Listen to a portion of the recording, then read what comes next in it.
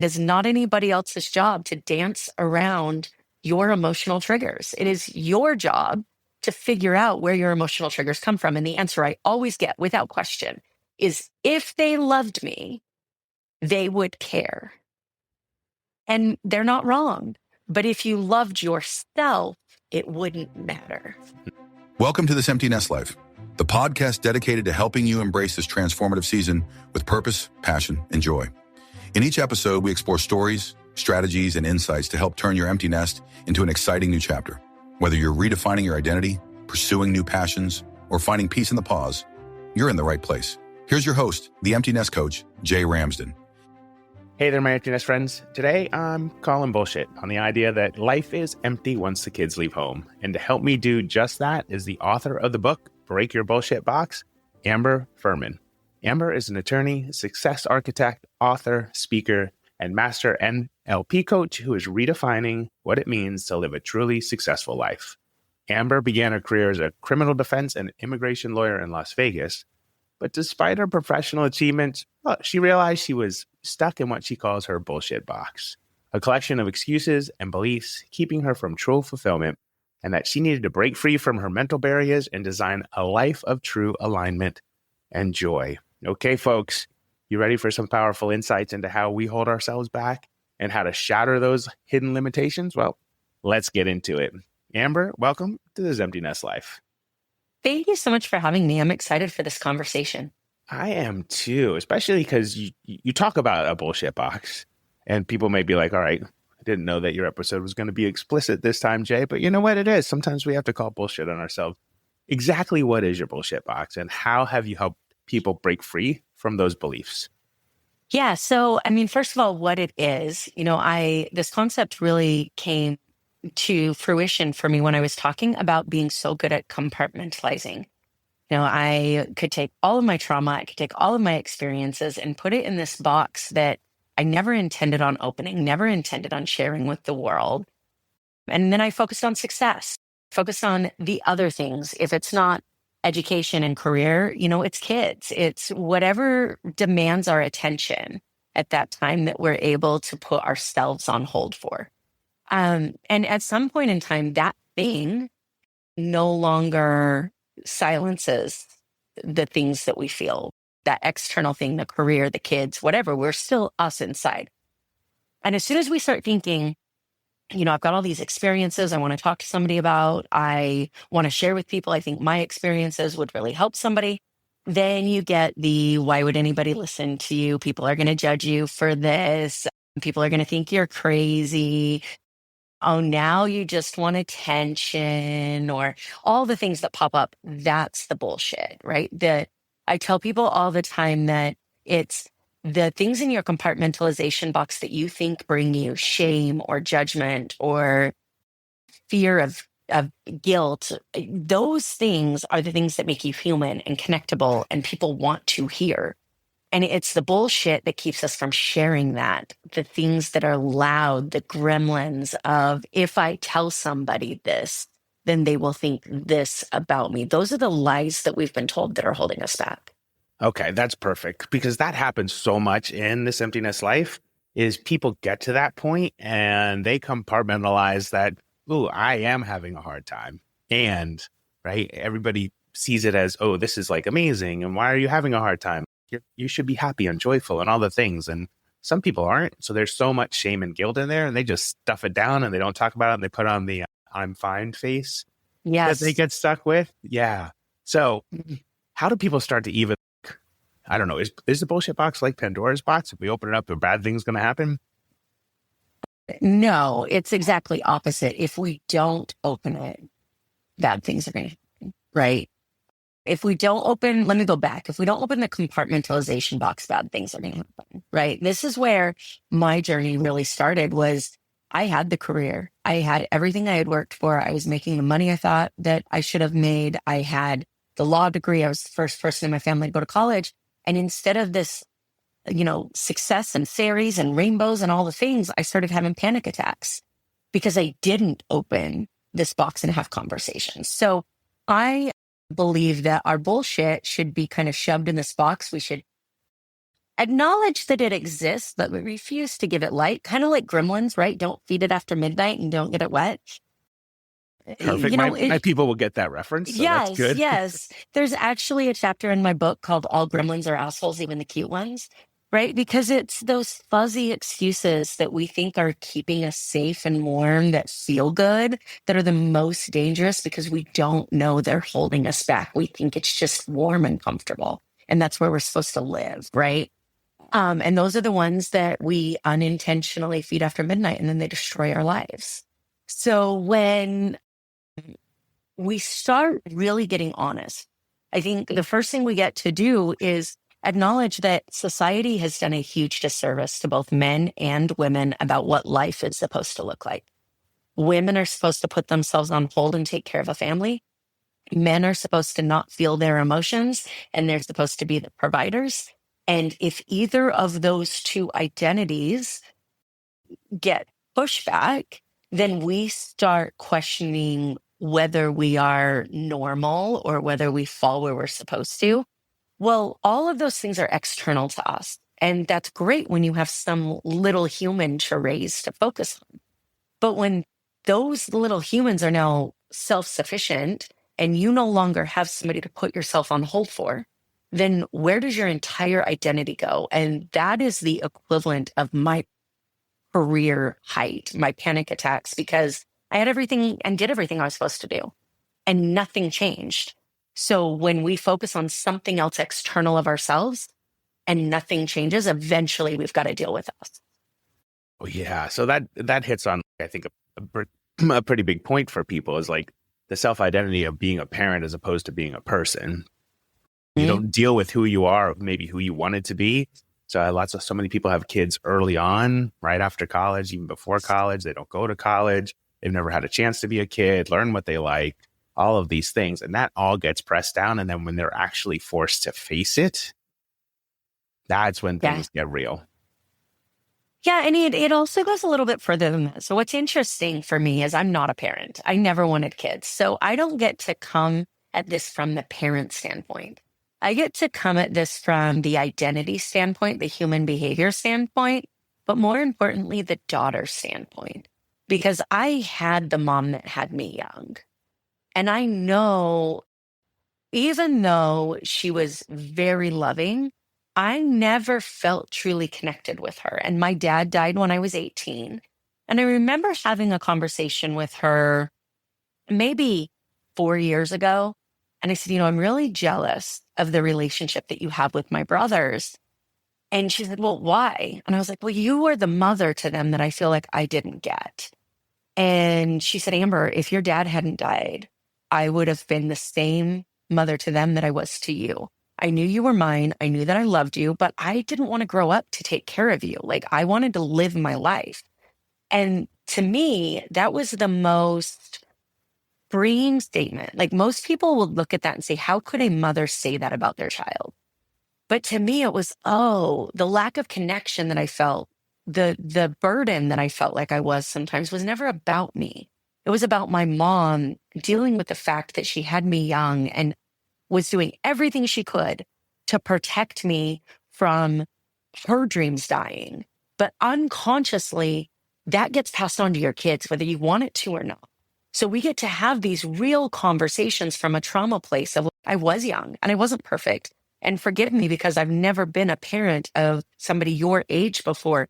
If we try to shield parents and kids from these conversations, that trauma just grows because I will always think it's about me. And the parent will always think that they're trying to shield their child from trauma. Yeah. And I think that's such an important point here. Thank you for sharing that story because it highlights for a lot of people, it's okay, right? It's okay for me to share and say, I wasn't perfect as a parent. I wasn't the best. Here's where I messed up. Here's where I could have done better. Here's how you can learn from me. And then on the flip side, it's like when the kids do leave home, not just to sit around and wait to be involved in their lives, but to go out and say, here's how I can live life to show you what's possible as well after that. Yeah. And holding on to the fact that you are still a person, right? There's so many lessons I've learned. I always tell people, if you think you've healed from something, write a book about it. because it will show you just how much growth you still have to do. And I can proudly say that my mom and I have a relationship that I could have never dreamed of. I love and admire her, and she is one of the strongest people that I know. And anybody who knows the way that I grew up and how I felt about my mom growing up would be shocked to hear me say that, because she was, I have a keynote that says every victim needs a villain. And my mom was my villain, man. And when I wrote my book, I made her read it. And I said, I really need you to read this before the rest of the world does, because you're in it a lot. I can't talk about my growth without talking about the trauma. And she said, I didn't know you were in so much pain. And I said, I didn't want you to know, because you would have tried to fix it. And how can you fix it and also be the problem at the same time? Because if you can fix it, then I'm the problem. And I wasn't ready to be the problem yet. I still needed you to be the problem. So there's all these conversations that we get to have. And I think what it really comes down to, because I will never forget my first live event. My mom came out to support me, and it was all about designing your life and figuring out what success means to you and who you are and what you want in life. And people kept asking my mom, well, what do you want? What are your goals? And she's like, I just want my kids to be happy.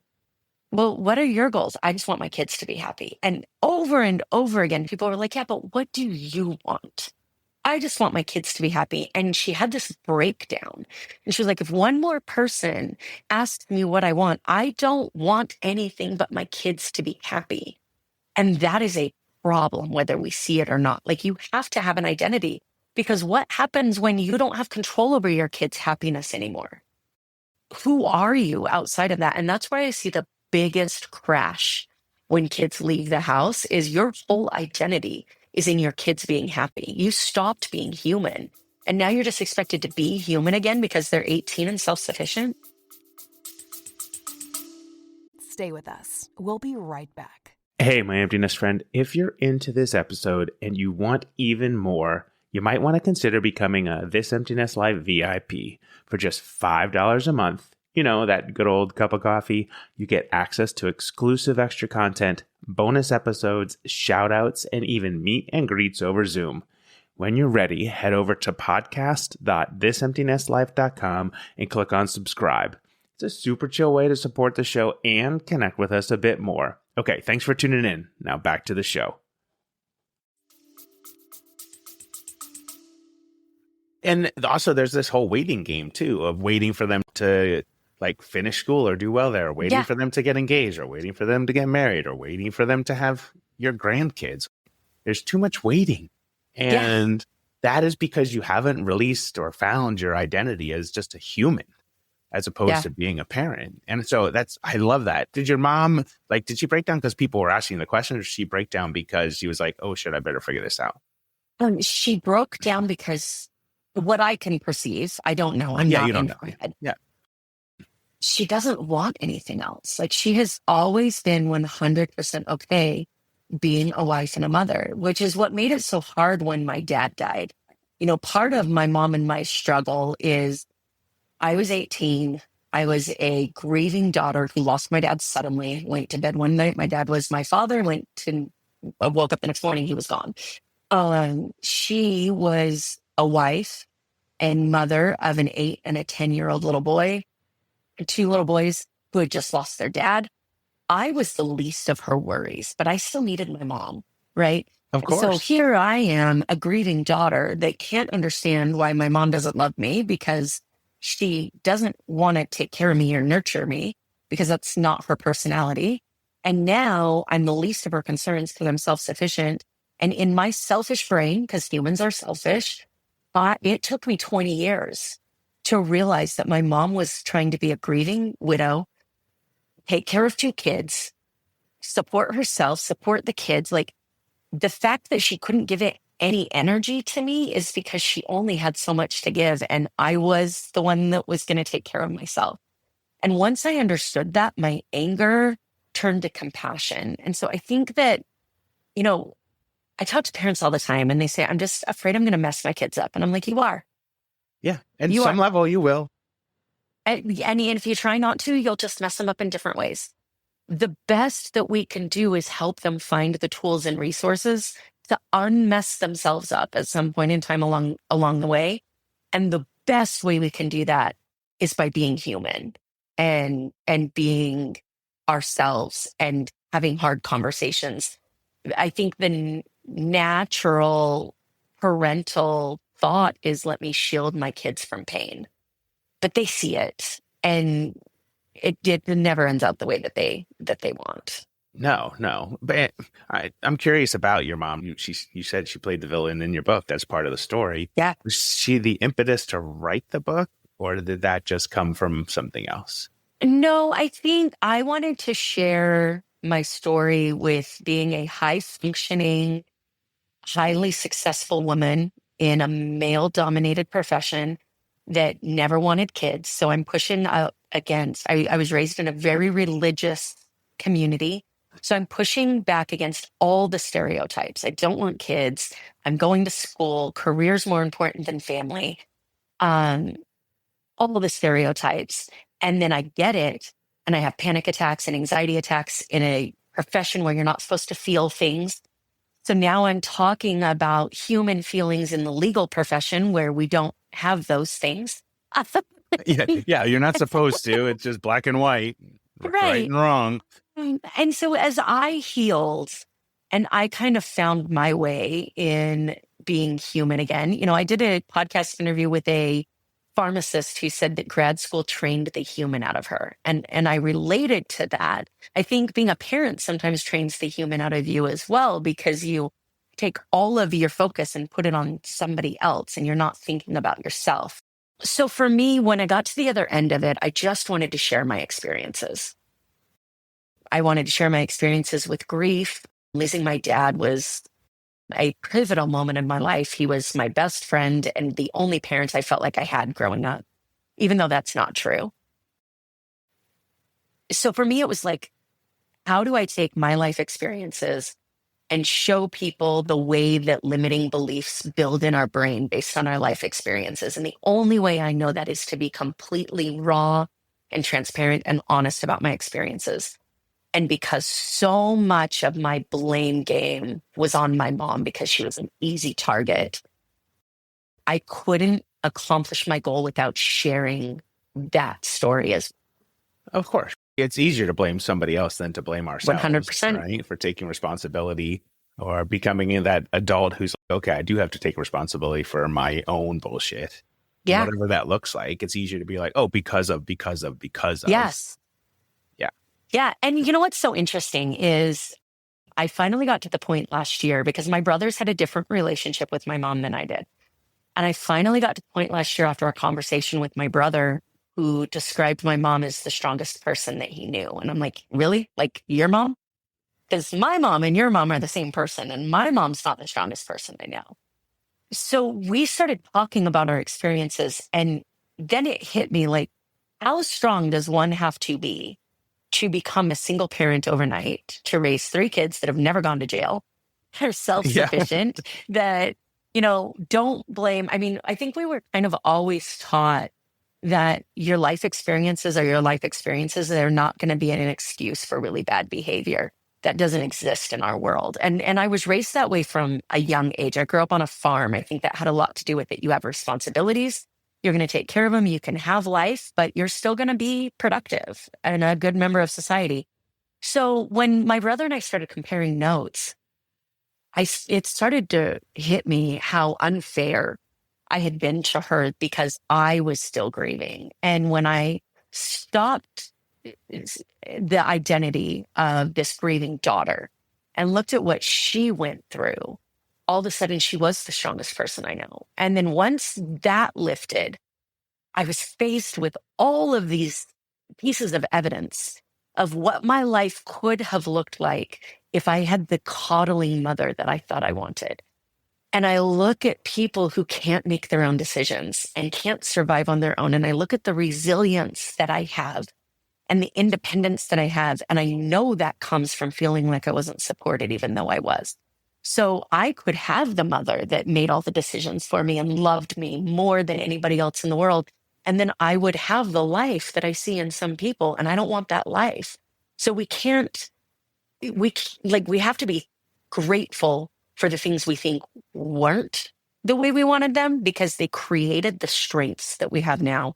And when I look at it that way, my mom is the strongest person I know. And I'm so thankful that she gave me the resilience that I have. The resilience piece, that's huge. I'm curious here, when you think about your journey, and parents will go through this, they'll raise the kids, their identity will be wrapped up in that, the kids will go off, and then they get stuck and they find themselves just kind of puttering around the house. I hear it all the time. I just know how to all I do is just clean, because that seems like the task that I should be doing, waiting for somebody to come home or for somebody to do things. But they feel out of control in doing that. It's the only thing they can control, but they also feel out of control. So what's one practical step that someone could even reclaim control of my life and maybe who I wanted to be? I love being a mom. I love being a dad, but there's something else inside itching to get out. Yeah. So I'm going to give them the same answer that I would give any business owner, because I think at the heart of it, it is the exact same scenario. Two things can be true at one time. You can be a good parent and be an incredible solo human at the same time. And what it really comes down to is purpose and intention. So where I start with my business owner clients is I have them analyze every area of their life and how fulfilled they feel in it. This could be relationships, career, money, knowledge, all these things, right? And normally what I find is that high-performing business owners feel really good in money and career and knowledge, and sometimes not so great in family and relationships and spirituality and all that stuff. What I find in my parents is that it's sometimes flipped. They feel really good in relationships and home life and spirituality because that's what they've built. But now they have this fun and excitement and individuality and career that they're not so fulfilled in because they never let them have it. So once we know the areas that we are feeling like we're lacking in, then it becomes, what is the purpose and intention of every decision that we make? So we get in these habits, these patterns where we wake up and we kind of go through the motions of our life. And we don't realize we're going through the motions until we sit back and we ask ourselves, what does success mean to me in this action? I'm going to go to a lunch meeting. What do I want to get out of this lunch meeting? What's the purpose of me going? What is my intention of going into it? And just by asking that question, sometimes we can say, you know what? I don't even want to be there. So maybe this isn't a good use of my time. When we're talking about parents and we're talking about the way they interact with their kids, what's the purpose of me having this conversation with my kids right now? What do I want to get out of it? Is it because society told me that I'm supposed to have this relationship with my kids? Or is it because I think this is what they need right now? There's no wrong answer in any of these. But until we step out of the trance, out of the pattern that we're in, this almost hypnotic state that we go through life in, and we start looking at the purpose and intention of every one of our choices, we can't change the way that we feel about our life or the future of it. Yeah, I often refer to that as being intentionally curious, always, about everything. How's that? You talked about the conversation with the kid. How's that thought serving you? How's that conversation serving you? I love that, the purpose intent piece, because if I really sit down for a moment and decide, okay, here's what I want my life to look like. My purpose was being a parent, a mom or a dad. That was my purpose for so long. What do I want it to be now? Yeah. Right? And how do I get intentional about achieving that? Yeah, I have a planner that I created because I needed it. I had been using different planners and they all had pieces of what I liked, but they didn't have everything that I wanted in one place. So I created what I felt like I needed. And because my world revolves around defining success, I define success for myself annually, quarterly. I define success for myself monthly. I define success for myself in the moment. So my planner has in the daily planning section, today will be a success if or when. And then at the end of the day, today was a success because. And the first question forces me to think about what I want to get out of my day. And the last question forces me to be grateful about something in my day. And if I can start my day with intent and I can end it with gratitude, whatever happens in between those two things is going to create success on a big term. But what people do, both personally and professionally, is they set New Year's resolutions and then they set monthly goals and then they forget to focus on day-to-day actions. And then they're like, why didn't my New Year's resolution happen? Like I wished it, I manifested it, like I thought about it, I hoped for it. I didn't take action towards it. Yeah. Yeah. Like, what was I supposed to do besides think about it every single day? And I'm not perfect about this. Nobody is. In an ideal world, I would look at every single meeting on my schedule and say success to me in this meeting means this. And if I can't define success for a meeting, then I shouldn't be going to it. It is a waste of my time and energy because no outcome from that hour of my time is going to be good enough for me because I don't know what I want to get out of it. So parents, particularly, their entire life has become about somebody else by nature. So I think it starts as early as we can get this conversation into parents' heads to reserve some time for themselves, even as they're raising their kids, so that they know who they want not. Totally agree with that statement. Start sooner rather than later, for sure. I'm curious, what was your definition of success for today? My definition of success for today was that every relationship I have, I've been in a reconnecting phase. So every meeting that I had today was intentional and for the purpose of true connection, that I left feeling like I had shown up for myself and the other person for the connection's sake. One of the things I've learned about myself coming from a place of abandonment, me and my therapist have really nailed down this lovely trauma, is that I leave meetings and conversations convinced that I'll never talk to people again because people have always just left. No, I can't blame my dad for dying, but there's no way that I can hide the fact that one day he was there and the next he wasn't. Sure. And I wish that was my first funeral. It was my 10th between the ages of 7 and 18. So my entire childhood, as supported as I was filled with people being there for one conversation and being gone for the next. And I didn't realize that every business meeting I had, I would walk away going, okay, well, I'm probably never going to talk to that person again. And so I've really been in this place of, I'm going to connect. I'm going to set intentional follow-up strategies. I'm going to make sure this relationship continues because I'm ready to break the cycle of having really good conversations and then just letting those relationships die because I don't know if I'm ever going to see them again and I don't want to hurt. It's interesting because I was a military brat, so we moved constantly. I went the opposite direction. Mm-hmm. It's like I have to be intentional about, like, my whole life being in touch with people that I left behind because I was moving, because I like them. I liked what they brought to the world, whatever. So I've been the one who's always been. So I love it. Not that you've been, have this feeling of abandonment. I don't love that. But the fact that there's it's a good example. There's always two sides to every way to look at things too. So yeah, the reconnecting piece I want to hit on. Yeah. Because that can be something that parents do when the kids leave home. It's like, how do you reconnect with your partner? How do you reconnect with your college friends, your friends from high school, whomever, right? You're making it an intention. They can do the same thing. Yeah. And I think it starts with, and this is the hardest part, and this is the bullshit part, we have created a story in our head about how that person feels about us, right?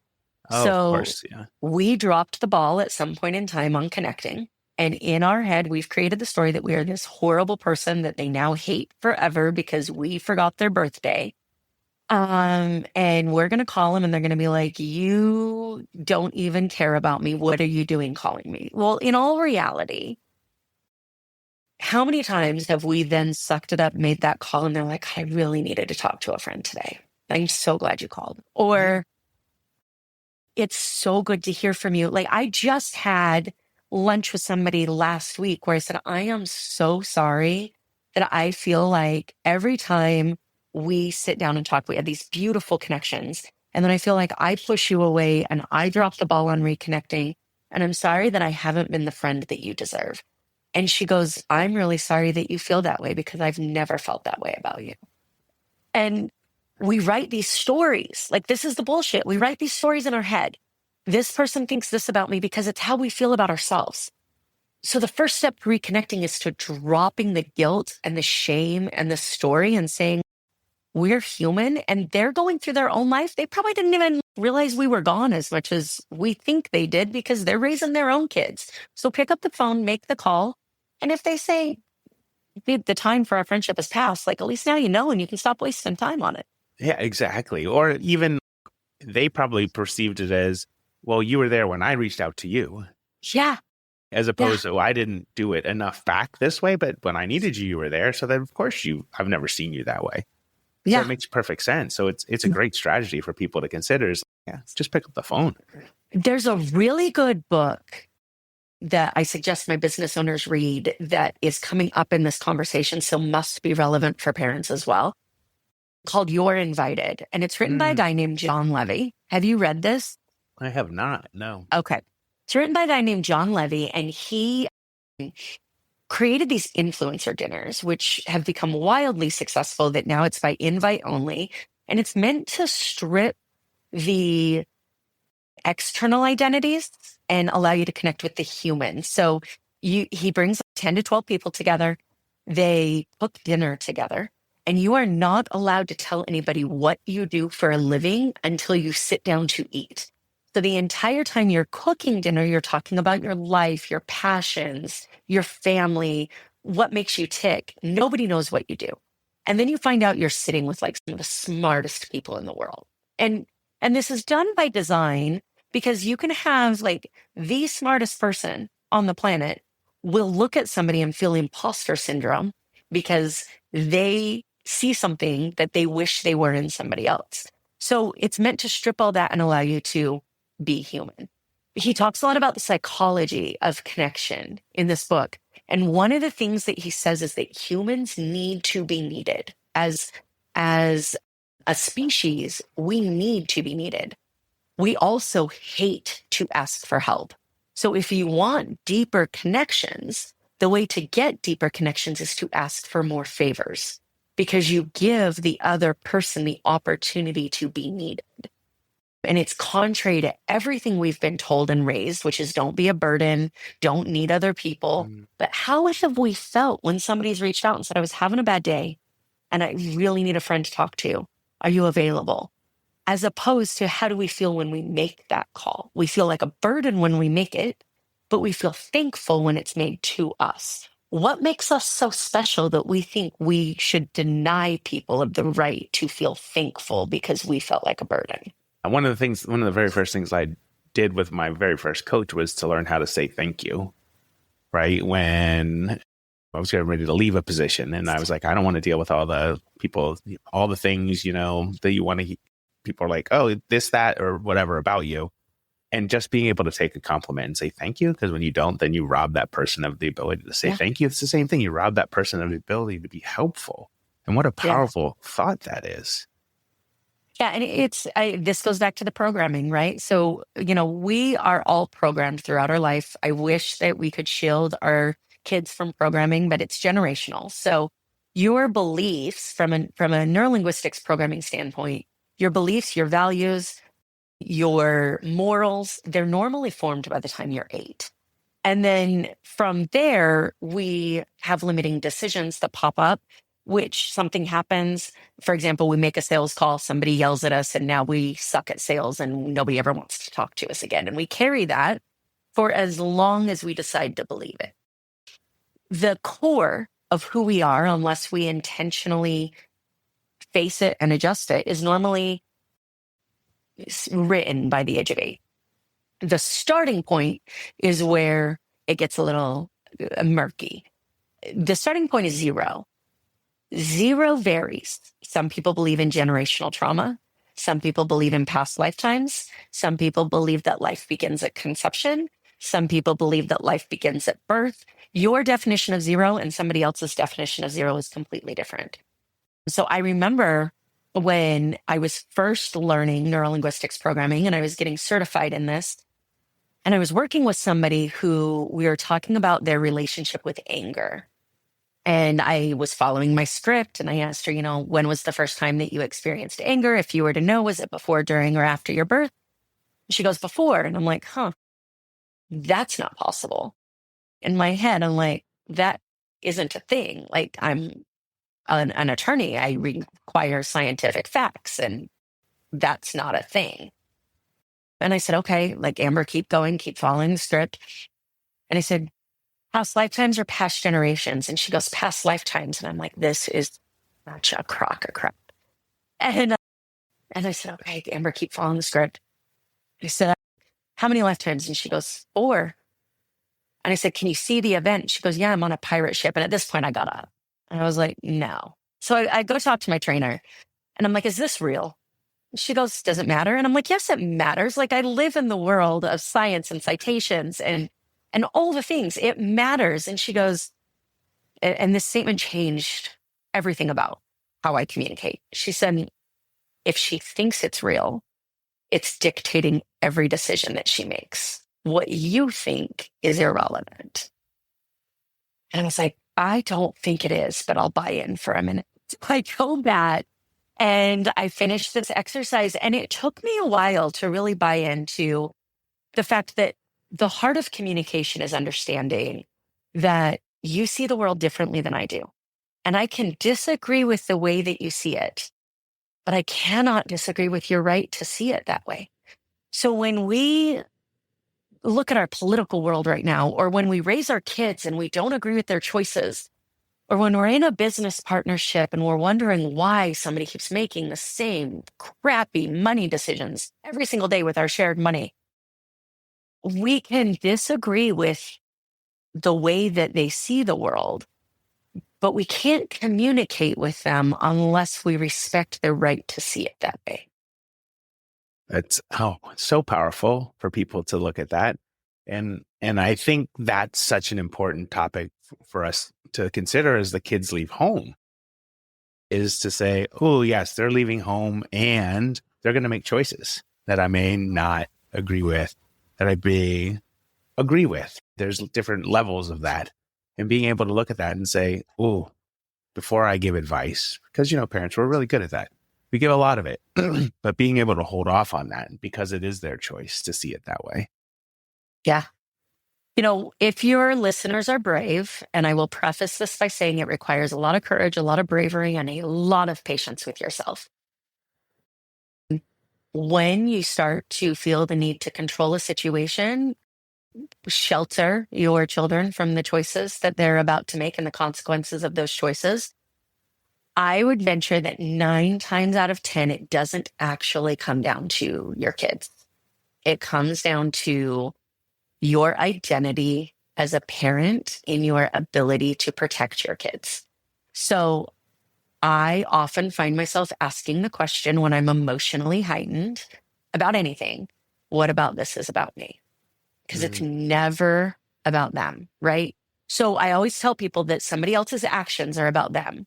My emotional response to those actions is 100% about me. Always.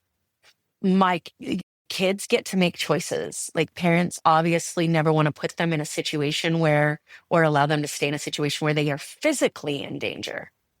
But often we try to shield the people that we love from the consequences we can see. It's like a train wreck, right? That you can see happening but can't stop. And the desire to stop it very rarely actually has anything to do with preventing pain for your kids. We say it does. That's the conscious belief. If we really dig deep, what it really has to do is, what are people going to think about me if my kid acts this way? Oh, yeah. It's always the parental reflection back of, yeah. What and the kids kind will of say, a parent kids will was say I? that too.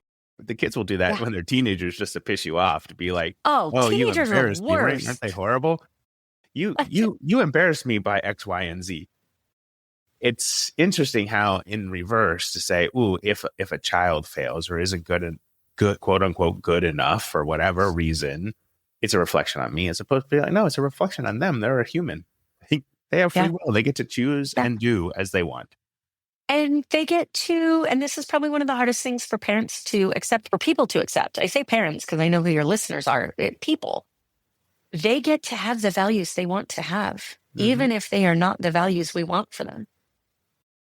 You know, I work with a lot of people in my trainings who come because one of my favorite things ever is when somebody comes to my introductory training and they're like, this is such good stuff. And I'm like, so do we get to see you in the full training? No, but it would be great for my wife. She needs this so much. We spend so much time trying to make other people fit. And I have this conversation with people that are setting boundaries all the time. I'll tell them it is not anybody else's job to dance around your emotional triggers. It is your job to figure out where your emotional triggers come from. And the answer I always get without question is if they loved me, they would care. And they're not wrong. But if you loved yourself, it wouldn't matter. That is powerful. So powerful and so true, right? When we look inwards and say, yeah, we have to at some point take the emotional responsibility for ourselves to say, how is this triggering me and why? And how do I work through that? It's not always like everybody can look at somebody else and say, okay, they did something, said something, whatever towards me. And then I'm going to have a physiological and then a thought about it and an emotional response to it. And it's my job to regulate that, not them to regulate what they're going to say or do. And I'll address the elephant in the room right now for the people who are listening going, because it always happens when we start talking about this. The easiest thing to say is you don't know. And you're right, I don't. The emotional feeling that a parent feels when they are letting a child make mistakes, I will never know what that feels like.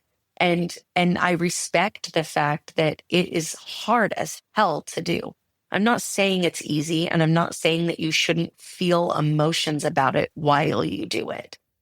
But it requires an honesty of knowing what those emotions are really about. Yeah. And I think that's a great clarifying point, 100%. Earlier in our conversation, you were talking about the planner that you made, and you said something. You probably say it all the time, and I thought it was really curious. You said, I created what I thought I needed. Yeah. Where else has that shown up in your life? Often. It's these have been the conversations I've been having today. So I'm newly in a relationship after being single for 8 years. I am hyper independent. My life experiences, both from a loss perspective as a child and a relationship choices perspective as an adult, have taught me that I can't rely on people. And so creating what I need and making sure that I have what I need and then sharing that with others if it's also what they need is the place that I've built life. I introduced my new boyfriend to a good friend of mine, and he asked me, he says, I'm going to talk about him as if he's not at the table. Are you letting your guard down to let him lead? And I said, not enough, because that's the journey. So I think there's this level of, and we've talked about this, him and I have talked about this, that I will always want you and I will never let myself need you. And in order for me to date somebody, they have to be okay not being needed, because that's who I am and I don't want to change it. I don't want to. So yes, my life has been creating what I need and feeling self-sufficient at almost every stage of my life. But I think too, that's such an important message. Like now as parents, we've gone through, we raised our kids, you created the life that you wanted. And now it's time to create the life you need. Yeah. And I think, what's interesting for me, and my mom and I talk about this often, is I've never succumbed to peer pressure. I have to an extent, but I've always had my boundaries. She always used to comment that I could be a part of the bad boys crew. I could be a part of the church crew. I could be a part of the sporty crew. I could be a part of the nerdy crew. I played volleyball. I also was in chess club. Like I went to church and I also hung out with people around bonfires that were drinking, and I never felt the need to partake in any of that. I could be a chameleon in all of these different environments until it pushed up against my identity. And one identity piece that has never varied for me is that I didn't want children. Ever. I think the first time that I told my mom I didn't want kids, I was 8 or 9. And of course, people were always like, it'll change. You'll get married. You'll have this person. I got told I was going to hell because my job as a woman is to have kids. I had my tubes tied at 30. I was like, this is the choice I am making for myself. And I think when we know our identity that well, we have these moments that push up against who we are as a core. What I learned as I started healing is that my ability to be a chameleon back then was in itself its own trauma response, because I didn't know myself at a surface level. I knew myself at a deep level. So I was searching for communities to just accept me and love me and show me that I was valuable. So I would fit into every community until they pushed up against who I was. Now I know exactly the groups I want to be in, exactly the rooms I want to be in. I'm okay being alone. This is one of the hardest things for my new boyfriend to handle, because he'll want to go do something. I'll be like, okay, go do that. And he's like, what are you going to do? And I'm like, not that. You go do what you want to do. I'll go do what I want to do. When what you want to do and what I want to do mesh again, then we'll be good. And he's like, how do you do that? And I said, I know who I am. I no longer need to be the chameleon. So rather than putting myself in a bunch of different groups and losing a little bit of myself in each one until it gets to my core identity, I put myself in groups that I know match the identity that I choose to be. And I think as parents, you get to, not we, I'm not a parent, you get to start to figure out who you are, who you want to be, before it pushes up against who you refuse to be. The chameleon piece resonates so deeply with me because as an empty nest, or not, as a Coast Guard military brat, like I did the same thing, right? Where can I find to fit in? I'm going to try this group, this group, this group, this group, until I got to the point where, and it took me a really long time. It took me to about 50 or so to be like, no, this is who I am. This is what I believe. This is how I live my life. And the whole piece you were having the conversation with your boyfriend, it's the exact advice I give to couples. It's like, perfect. There's no such thing as a perfect marriage, but a really good one is like when you get to do stuff as an individual and your partner gets to do stuff as an individual. And when it crosses, it's great, but all three have to happen in order for it to be fluid and good and wonderful. Well, and because I've lost myself so much, because I didn't know who I was, I have a wide variety of interests. I'm a sporty chick. I would rather hang out with guys than girls most of the time, not because I dislike girls, but because I like to talk about football and hockey and drink beer. And that's not normally what girls are talking about. So when I find my people that are women and also love sports, I'll hang out with them too. But for so long, I would go dancing, and then I found obstacle course racing, and then I would go travel, and then I'd join a book club. And my mom would always ask me when I was going to slow down. And I don't feel like I need to. And then as I started healing, I started realizing that some of those choices were being made because if I stopped moving up, the only person I was left with was myself. And I didn't like myself very much. Now I found out that I'm not as much of an extrovert as I thought I was, because I really like me. And time alone with me is really freaking amazing. I don't need to fill all my time with all these other things. So I think the short answer for parents that are listening is like, I don't know if you've seen this or not, but I think about it every time somebody tells me they love personal development. I'm like, if you love personal development, you are not doing it because it sucks. Like, it's hard, right? Like, I love to hate myself. Yeah. Yeah. No, I I saw a meme a few years back, or a post on Facebook that said, personal development isn't the book or the podcast. It's the blood, the sweat, the tears, the reflection, the inter conversations, the trauma healing. It's painful, and it's also beautiful. And so if we're going to break this empty nesting cycle, and we're really going to find happy, amazing, fulfilling lives after parents or after children leave, we have to dig into the identities that we created while we were covering up our trauma, for the purposes of raising kids. And that hurts. And it's also beautiful.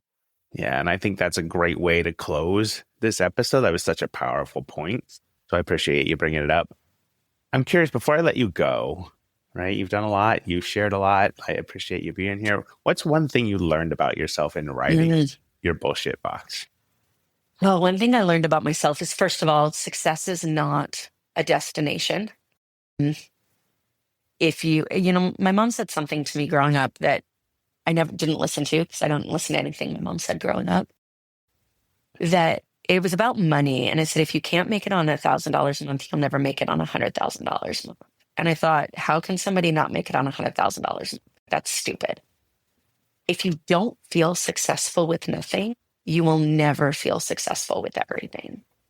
So there's this reality that success is within us and fulfillment is within us. And on the days that I feel like I need to chase it are the days that I actually need to sit in and reflect on what I'm not giving myself so that I can give what I want to the world.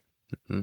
So good. So good. Amber, thank you so much for being here. I appreciate your time and your conversation. Folks, your bullshit box is available wherever you can buy books. It's by Amber Fuhriman. Amber, thanks again for being on This Empty Nest Life. Thanks for having me. This was a lot of fun. Thank you for listening to This Empty Nest Life. Remember, this chapter isn't an ending. It's an invitation to redefine, rediscover, and reignite your life. If today's episode sparked something in you, don't forget to take that first step and visit thisemptynestlife.com and click work with me to get the conversation started. Until next time, keep your heart open, your mind curious, and your spirit shining. This Empty Nest Life is a production of Impact One Media, LLC. All rights reserved.